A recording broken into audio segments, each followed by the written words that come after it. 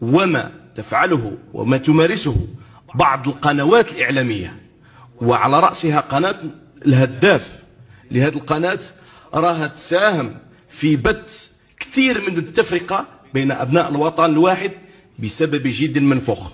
احنا راسلنا الجهات، راسلنا الوزارة الأولى وراسلنا الوزارة الوصية، لكن لحد الآن ما تلقيناش الرد، ونحن لا نتسامح ولا نرضى في هذا الوقت بالذات، في ظل التعبئة اللي أعلنت عنها من طرف السلطات العليا، وفي ظل الأخطار التي تحيط بنا كدولة، أن نتسامح ولن نسكت السيد الوزير.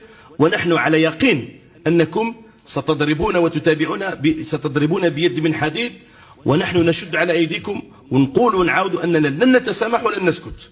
وكل شيء راه موثق السيد الوزير، وما حدث وما يحدث من عنف مستشري هذه الأيام في كرة القدم كله نتيجة التساهل مع هذا النوع من القنوات.